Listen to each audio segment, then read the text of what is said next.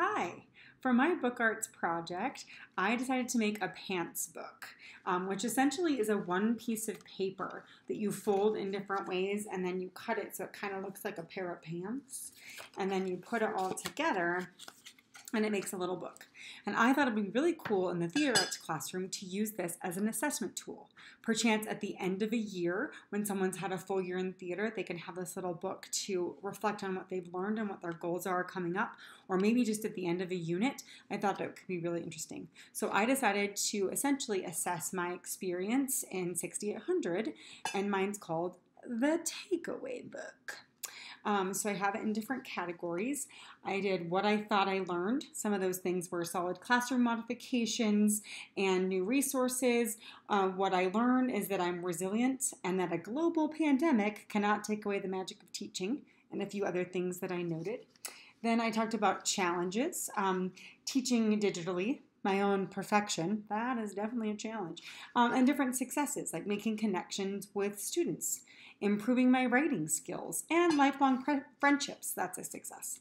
I talked about some of my favorite resources, like Anthony Hunter TED Talk and Adobe Spark, that's been fun, visual vernacular, things of that nature, and then I have a goal for the future because of this experience, which is to continue to challenge myself to create clear and inclusive modifications for a variety of students.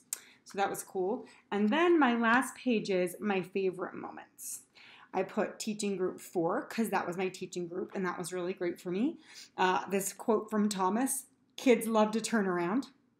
Thomas's dance warm-ups, just the word and how I say it, denouement. You're welcome. Smelly dots, because that was a plus.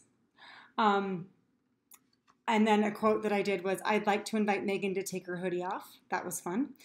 Student work was awesome, and being with my amazing cohort.